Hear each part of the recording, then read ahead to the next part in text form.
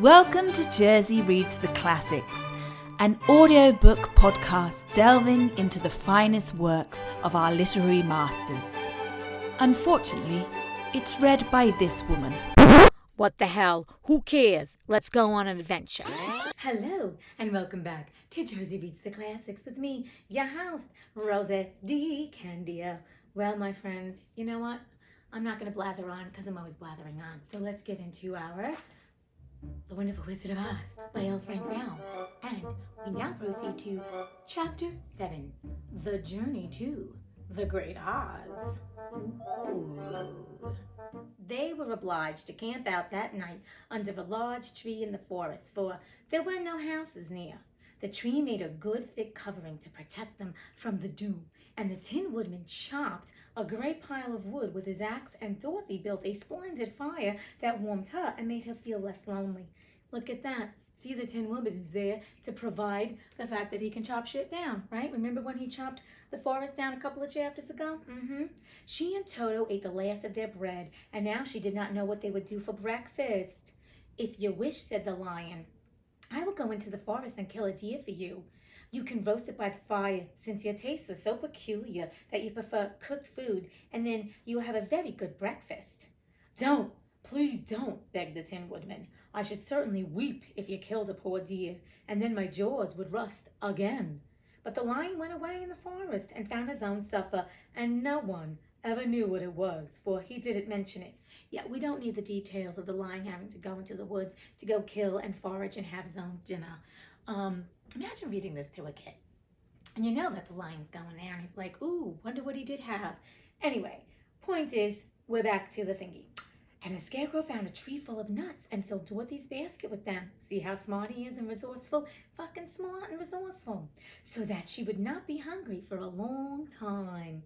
She thought this was very kind and thoughtful of the Scarecrow, but she laughed heartily at the awkward way in which the poor creature picked up the nuts. His padded hands were so clumsy, and the nuts were so small that he dropped almost as many as he put in the basket. But the Scarecrow did not mind how long it took him to fill the basket, for it enabled him to keep away from the fire. Remember what he said, he's afraid of fire, as he feared a spark might get into his straw and burn him up. So he kept a good distance away from the flames, and he only came near to cover Dorothy with dry leaves when she lay down to sleep. These kept her very snug and warm, and she slept soundly until morning. It's like, you know that movie 3 Men and a Baby? This is kind of it. It's like 3 who's a whatchamacallits and a Dorothy. I think that's kind of funny. When it was daylight, the girl bathed her face in a light rippling brook, and soon after they all started toward the Emerald City. Here she goes again. She's good with her hygiene. She knows to wash her face. I like that. She doesn't have toothpaste, though. She should put a toothbrush in that basket. They don't talk about that. This was to be an eventful day for the travelers. They had hardly been walking an hour when they saw before them a great ditch that crossed the road and divided the forest as far as they could see on either side. It was a very wide ditch, and when they crept up to the edge and looked into it, they could see it was also very deep, and there were many big, jagged rocks at the bottom. The sides were so steep that none of them could climb down, and for a moment it seemed that their journey must end. "What shall we do?" asked Dorothy despairingly. "I haven't the faintest idea," said the Tin Woodman, and the Lion shook his shaggy mane and looked thoughtful. But the Scarecrow said, "Well, we cannot fly, that is certain. Neither can we climb down into this great ditch. Therefore, if we cannot jump over it, we must stop where we are." "I think I could jump over it," said the Cowardly Lion, after measuring the distance carefully in his mind. "Then we are all right," answered the Scarecrow, "for you can carry us all over on your back one at a time." "Well, I'll try it," said the Lion. "Who will go first?" "I will," declared the Scarecrow, "for if you found that you could not jump over the gulf, Dorothy would be killed, or the Tin Woodman badly dented on the rocks below. But if I am on your back, it will not matter so much, for the fall would not hurt me at all." "I am terribly afraid of falling myself," said the Cowardly Lion, "but I suppose there is nothing to do but try it. So get on my back, and we will make the attempt." Look at that. He's gonna take the leap of faith. I mean, he of course decided that he can make the jump, but the point is, he discerned and he assessed the situation. We're gonna talk about that. I love it. The lion already is showing he's a courageous motherfucker. Okay. The scarecrow sat upon the lion's back, and the big beast walked to the edge of the gulf and crouched down.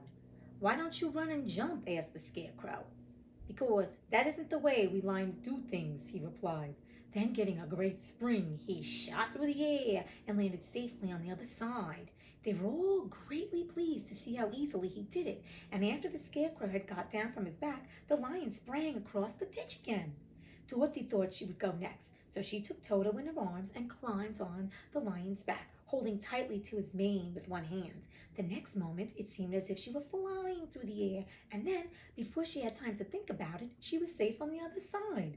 The lion went back a third time and got the Tin Woodman, and then they all sat down for a few moments to give the beast a chance to rest, for his great leaps had made his breath short, and he panted like a big dog that has been running too long. They found the forest very thick on this side, and it looked dark and gloomy. After the lion had rested, they started along the road of yellow brick, silently wondering, each in his own mind, if ever they would come to the end of the woods and reach the bright sunshine again. To add to their discomfort, they soon heard strange noises in the depths of the forest, and the lion whispered to them that it was in this part of the country that the Kalydahs lived. "What are the Kalydahs?" asked the girl. I feel like I'm watching the Game of Thrones. "They are monstrous beasts with bodies like bears and heads like tigers," replied the lion, "and with claws so long and sharp that they could tear me in two as easily as I could kill Toto. I'm terribly afraid of the Kalydahs." Oh my God, you know how like lions and tigers, they have ligers? So what are these things called? Bigers? Or tears? That doesn't work. Bigers doesn't work either. The Kalydahs. It's like Khaleesi. Okay. "I'm not surprised that you are," returned Dorothy. "They must be dreadful beasts." The lion was about to reply when suddenly they came to another gulf across the road. Jesus Christ. But this one was so broad and deep that the lion knew at once he could not leap across it. So they sat down to consider what they should do, and after serious thought, the scarecrow said, "Here is a great tree standing close to the ditch. If the Tin Woodman can chop it down so that it will fall to the other side, we can walk across it easily." "That is a first-rate idea," said the lion. "One would almost suspect you had brains in your head instead of straw. Hello, talk about foreshadowing." The woodman set to work at once, and so sharp was his axe that the tree was soon chopped nearly through. Then the lion put his strong front legs against the tree and pushed with all his might, and slowly the big tree tipped and fell with a crash across the ditch, with its top branches on the other side. They had just started to cross the square bridge when a sharp growl made them all look up, and to their horror, they saw running toward them two great beasts with bodies like bears and heads like tigers. "They are the Kalydahs," said the cowardly lion, beginning to tremble. "Quick!" cried the scarecrow. "Let us cross over." So Dorothy went first, holding Toto in her arms. The Tin Woodman followed, and the scarecrow came next. The lion, although he was certainly afraid, turned to face the Kalydahs, and then he gave so loud and terrible a roar that Dorothy screamed, and the scarecrow fell over backward, while even the fierce beast stopped short and looked at him in surprise. Damn! Look at this. The lion ain't even halfway to the friggin' Wizard of Oz, and he just be pulling it all out, jumping over ditches, roaring at the Kalydahs. Damn, go lion, go! But seeing they were bigger than the lion, and remembering that there were two of them and only one of him, the Kalydahs again rushed forward, and the lion crossed over the tree and turned to see what they would do next. Without stopping an instant, the fierce beast also began to cross the tree, and the lion said to Dorothy, "We are lost, for they will surely tear us to pieces with their sharp claws, but stand close behind me, and I will fight them as long as I am alive." "Wait a minute," called the scarecrow. He had been thinking what was best to be done, and now he asked the woodman to chop away the end of the tree that was rested on the side of the ditch. The Tin Woodman began to use his axe at once, and just as the two Kalydahs were nearly across, the tree fell with a crash into the gulf, carrying the ugly, snarling brutes with it, and both were dashed to pieces on the sharp rocks at the bottom. "Well," animal, said the Cowardly Lion, drawing a long breath of relief. I see we are going to live a little while longer, and I am glad of it, for it must be a very uncomfortable thing not to be alive. Hello, those creatures frighten me so badly that my heart is beating yet. Ah, said the Tin Woodman sadly, I wish I had a heart to beat. This adventure made the travelers more anxious than ever to get out of the forest, and they walked so fast that Dorothy became tired and had to ride on the lion's back. Oh, that'd be so cool, imagine. To their great joy, the trees became thinner the farther they advanced, and in the afternoon they suddenly came upon a broad river flowing swiftly just before them. On the other side of the water, they could see the road of yellow brick running through a beautiful country with green meadows dotted with bright flowers and all the road bordered with trees hanging full of delicious fruits. They were greatly pleased to see this delightful country before them. How shall we cross the river? Asked Dorothy. That's a good question, Dorothy. That is easily done, replied the Scarecrow. The Tin Woodman, again the Tin Woodman, must build us a raft so we can float to the other side. My God, this Tin Woodman, good thing he never tires. This guy has been cutting down trees, doing all this shit, and now he's got to build a raft. I think he should build me actually a nice craftsman house, or maybe one of those tiny little houses that you can put on wheels and take it into the woods. I would love that. Actually, I could use some of these comrades. They're funny. So the woodman took his axe and began to chop down small trees to make a raft. And while he was busy at this, the Scarecrow found on the riverbanks a tree full of fine fruit. This pleased Dorothy, who had eaten nothing but nuts all day, and she made a hearty meal of the ripe fruit. But it takes time to make a raft, even when one is as industrious and untiring as the Tin Woodman. And when night came, the work was not done. So they found a cozy place under the trees where they slept well until the morning. And Dorothy dreamed of the Emerald City and of the good Wizard Oz, who would soon send her back to her own home again. Damn! I wish I had such resourceful friends as this girl does. But actually, don't we all? Think about this, people. We're talking about 4 people on a journey who were looking for something they're missing. And suddenly, they have come together, and look at them. They are surviving, they are thriving, they are doing what they need to do to get to where they need to go, because they all have one goal, is to see the great Wizard of Oz, right? So they're doing this teamwork, which is probably all representing pieces of Dorothy, let's be honest. However, they are all using their talents and gifts to help one another to fulfill their destiny. And that's kind of like what this is about, fulfilling your destiny. What are you utilizing in your life, whether it's friends or certain aspects of your talents or certain aspects of friends, like networking, to help you get to where you need to be? Now, this doesn't mean like using people. This means like using your resources, networking, doing the things that you can rely on, that you know that you also have inherently. Because the thing is this, the lion thinks he's got no courage, yet he just jumped over that ditch after assessing the situation, right? So they say leap and the net shall appear, but he assessed it and he's like, I could do it. The second time he's like, no way, motherfuckers. There ain't no way I'm jumping over this shit.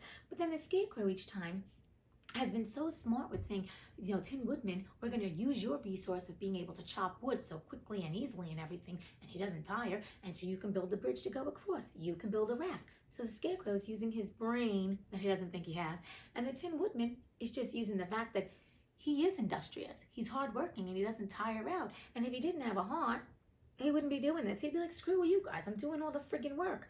But the thing is this, they're all coming together for the one thing. They're all on this journey together. And what I'd like to encourage, we talked about this, like your vibe attracts your tribe, but let's think about the things internally, because really, let's think about it. The Scarecrow is representing our brain, our mind. The Tin Woodman is representing our heart, right? Our spirit. And the lion is representing our courage to face and to go forth on a journey of the unknown. So we already have these things if we choose to acknowledge it. And I think what happens with a lot of people is they stay in a place of lack, thinking, well, I'm not smart, or nah, I don't know, I don't trust my spirit, I don't trust my heart, I don't know what's in my heart. Or lastly, oh, I'm not brave enough to do that, oh no. And they live in fear, and they don't even know that they're living in fear. So quite frankly, let's think about it. Every one of them are an aspect of who we are. And Dorothy, of course, is the young lady who has all of this already. But these external beings are showing her. And it's kind of like us.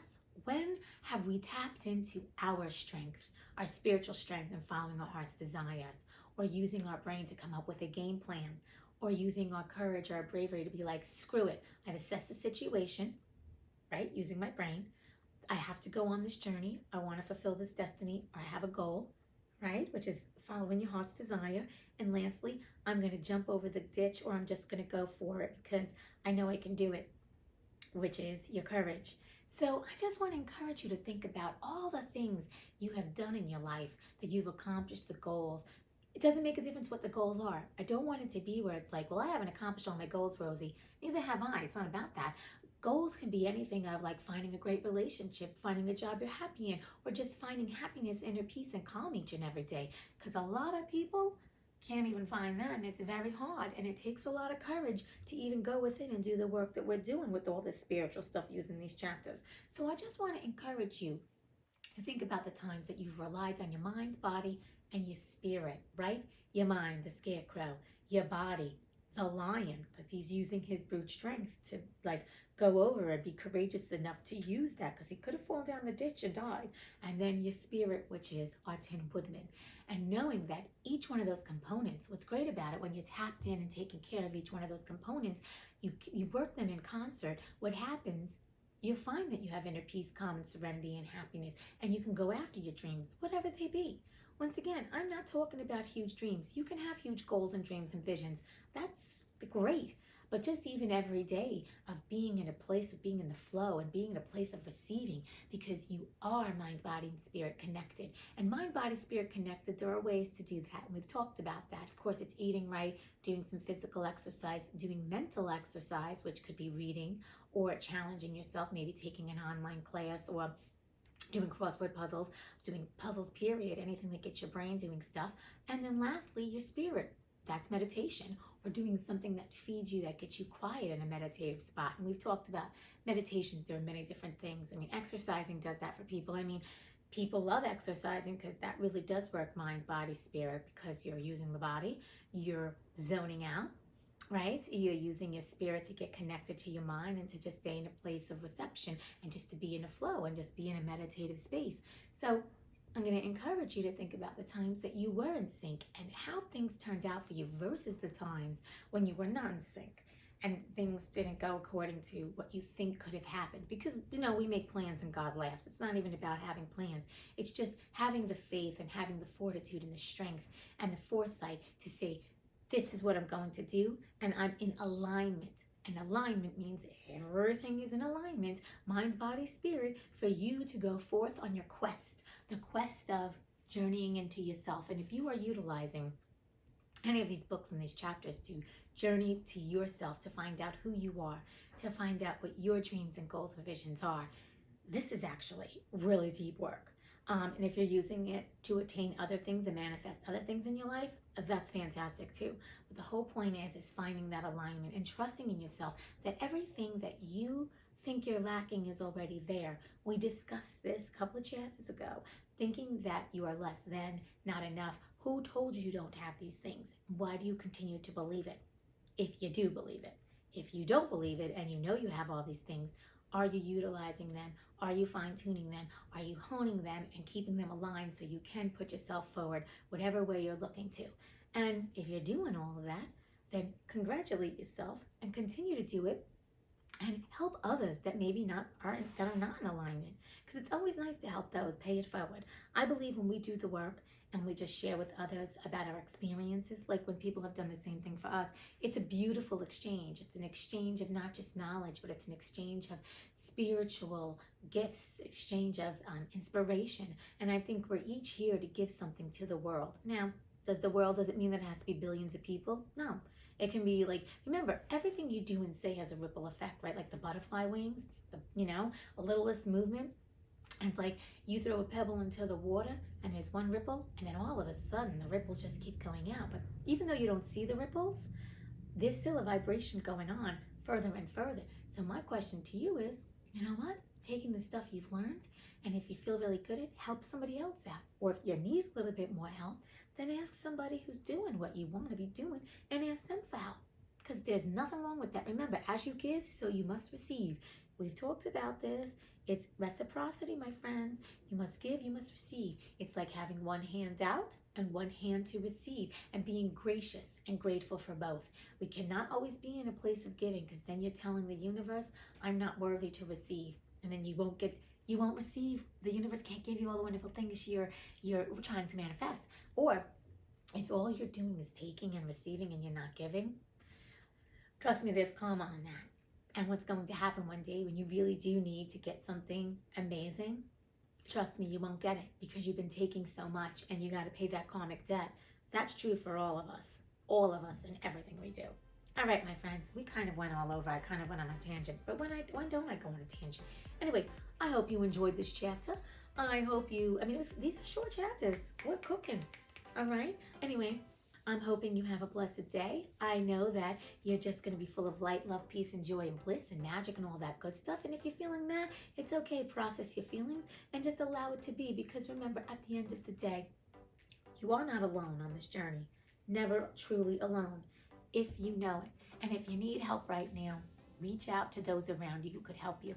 And if there is not someone who can help you, then you must look up online resources that can help you. And that is for all of us, because especially the way the world is right now, where we are, it can be quite easy to fall into a depression or not feel at your best. And I don't want you to feel guilty for that, but I do want you to seek the help you need if you can't get out of it. So that's very important. I wanted to say that. Oh, sorry, I'm crying. It's spirit just moving through me. So I want you to know you are not alone. You are loved. And right now, someone is thinking about you. All right, my friends, stay blessed. Stay sane, stay beautiful, stay healthy, stay whole, stay in the flow. And until we meet again, au revoir.